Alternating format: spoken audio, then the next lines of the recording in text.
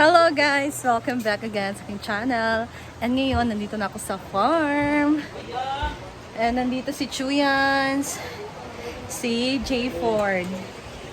Kasi umalis sila madam ngayon, pumunta ng city dahil meron silang binili ng mga school supplies para sa mga bata. Kasi yung last time na nagbigay siya, meron pang ibang hindi nabigyan. So naawa siya. And papalapit na din kasi yung pasukan, yung iba wala pang mga gamit. So, merong nagbigay kay madam ng blessing, pandagdag na bili ng mga school supplies. So, kaya ngayon nandun sila sa city.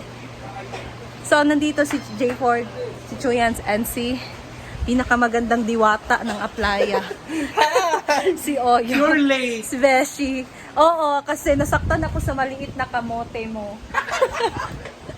Ayan guys, so lagay ko muna itong aking jacket. Ikaw nag-prepare Ford sa ilang ulam? Wow, si J. Ford pa lang nag-prepare ng pagkain, lunch para sa mga trabahante. So dito nagluto siya ng pinakbet na may corned beef. Ayan, bongga. Hindi ko siya kompletong pinakbet kasi kalabasa siya. Oo. Gulay, ginisang gulay na may corned beef. Alam niyo ba si J. Ford guys, doon ngayon bumibili ng pag-ulam sa kanila. Oo. Masarap si J. Ford magluto ng ulam dahil yan ang negosyo nila. Doon sa Atbang sa, basta doon sa J. Kadapit, doon ako bumibili ng ulam. Negosyo nila, masarap siya magluto. Ito, ewan ko. Masarap lang siya. Masarap siya. Anong masasabi mo doon sa video kahapon na nagsabi na ang pangit mo? Nagulat. Gulat na gulat. Nagulat Totoo ka? naman. Na-insult ka? Na-insult talaga ako. Bakit kasi yun pumap up sa Seryoso ko newsfeed mo? lang. Oo. Pangit. Ha? Seryoso agad? Ninood nun? So, ayan, nandun na ang mga trabahante guys. Kumakain na sila. Pero, this is the day 4 ng swimming pool construction. So, punta na tayo doon guys. And, let's see the update kung ano yung progress for day 4 construction. So, let's go! Oh, sige. Ayan.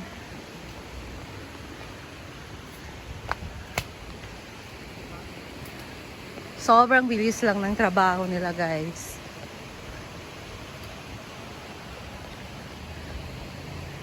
Wow, may progress na naman. Ayan. So, tingnan nyo dito. Merong mga nadagdag dito na hollow blocks. So, para saan to? Tong dito na hollow blocks. Yan ay para sa pathway dito sa swimming pool. Kasi kailangan nakasemento din, 'di ba? Dahil alam niyo naman dito, lalo na pag umuulan, nagpuputik talaga yung lupa dito.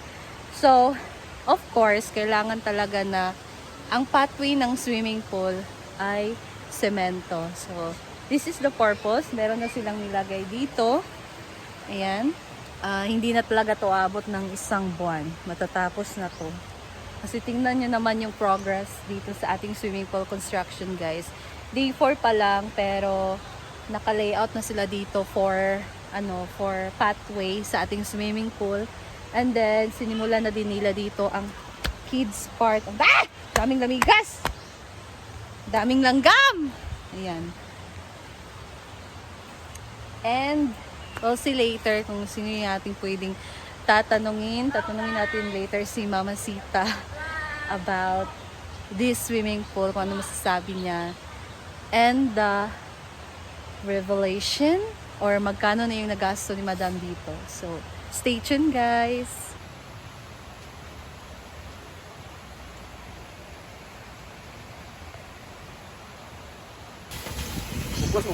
Magsasaing pa lang si Oyong para sa lunch dito.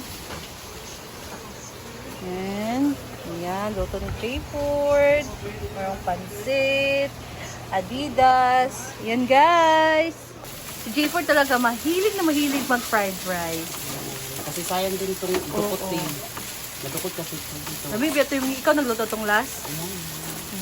Yun yung kinain ko yung fried rice. Ang sarap guys. Sarap si J. Ford magluto. Wife material. Ayun. Saon. Tapos na kumain yung mga trabahante guys, and then kami din, si Uyong na lang yung naiwan doon sa lamesa. Sinantok talaga ako. Eh, ang daming hugasin. Hugasan na natin to guys, dahil baka mabutan tayo ng madam. Mas maganda naman ang pagdating nila, wala na mga hugasin, malinis na yung ating lababo. Yan. Alam niyo mga binibenta po natin na worth of 700. Kung palang hinahanap nyo, Layo. bakit pala mo dahil burog yan po dahil? Burog yan po. Ibot na yan po. Walang nilagay. Doon din wala ng iyang Marami akong alam. Saan pa? Yan, mga bayan.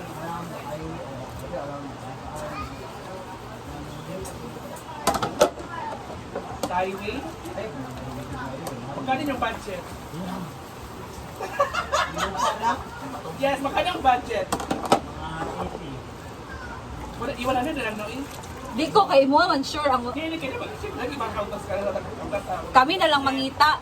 kautas sa mga ano ginagawa eh. As a broker, no? Ha?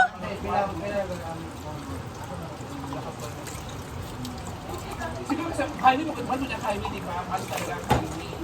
So that's the 80s. So, kami guys, si Neil, meron kasi kami natatanggap na money Sure ka ba? From Like, yung in-endorse ko. So, we are planning na, para naman hindi namin magastos yon. We are planning ni Neil na bumili ng lupa. Bagong lupa, guys. Para naman yung money na binibigay sa amin or pinapadala, bali sahod ko yan.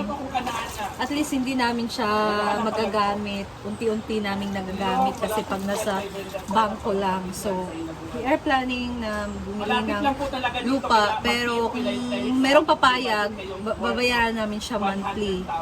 Ang sa amin lang talaga ni Neil na maipon namin yung pera. Or meron kaming nakitang investment sa money. So, yan yung gusto namin gawin. Lupa lang yung ibibenta namin. Lupa lang yung ibibenta namin. Kaya na po gagawa. Ayan guys. So, ano yung masasuggest nyo sa akin guys? Monthly meron ako natatanggap. Title is Example lang meron ako natatanggap na 10K. So, gusto namin na hindi namin yan magagastos. Kasi kahit nasa bangko siya guys, nagagastos pa rin namin kasi nakukuha naman namin. So, we are planning na bumili ng lupa for investment and hindi na rin magagamit yung pera. So, ano yung masasuggest nyo? Anong maganda namin gawin sa money? Comment down below guys.